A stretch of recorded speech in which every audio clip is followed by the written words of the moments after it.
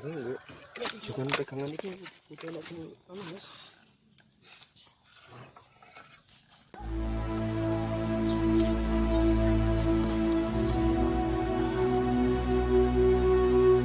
Ember.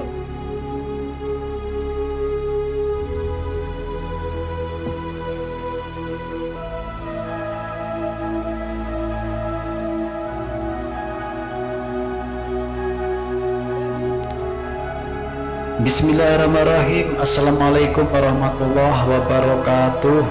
Para pecinta alam, kali ini saya akan memperkenalkan penemuan baru ya, dimana penemuan baru ini merupakan sebuah lorong yang lokasinya yaitu di Dusun Sumur Pelipir, Desa Dersono, Kecamatan Peringkuku, Kabupaten Pacitan, Jawa Timur, Indonesia. Yang mana penemuan lorong itu ditemukan oleh seorang yang berlokasi dan bertempat tinggal di sekitar. Tetapi awalnya hanya dikira bahwa itu lorong-lorong yang biasa gitu aja. Tetapi setelah didalami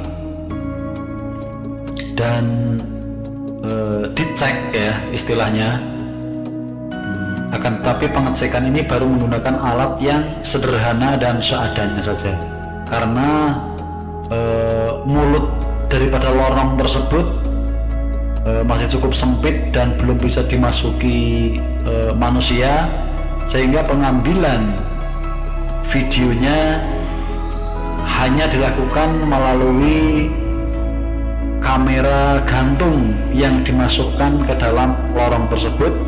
Dan setelah mengetahui hasilnya seperti yang kita lihat saat ini, itu sangat diyakini bahwa di dalam lorong tersebut merupakan sebuah gua, dan itu terbukti seperti yang tersirat di video kali ini.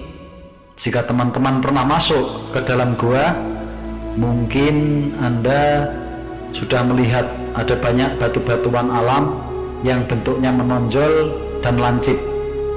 Batuan ini biasanya ada di bagian langit-langit dan di bagian lantai gua, dan ternyata itu ada semua di lorong yang kita ambil gambarnya ini.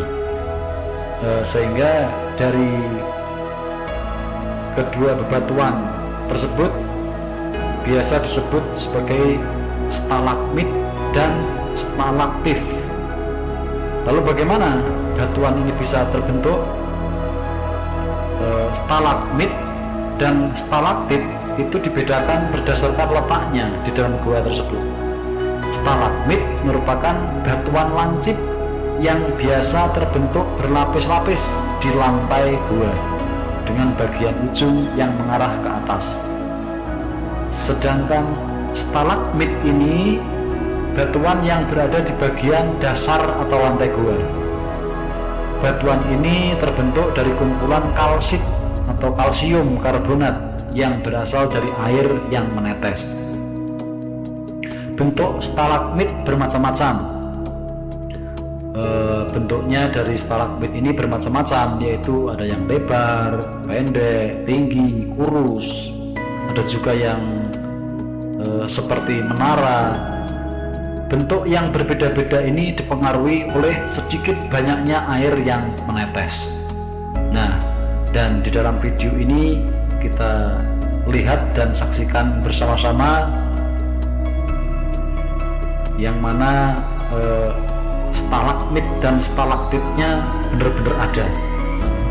Ketinggian langit-langit gua atau kondisi atmosfer gua dan kandungan karbonat dalam air yang netes itu juga berpengaruh pada terjadinya stalagmit.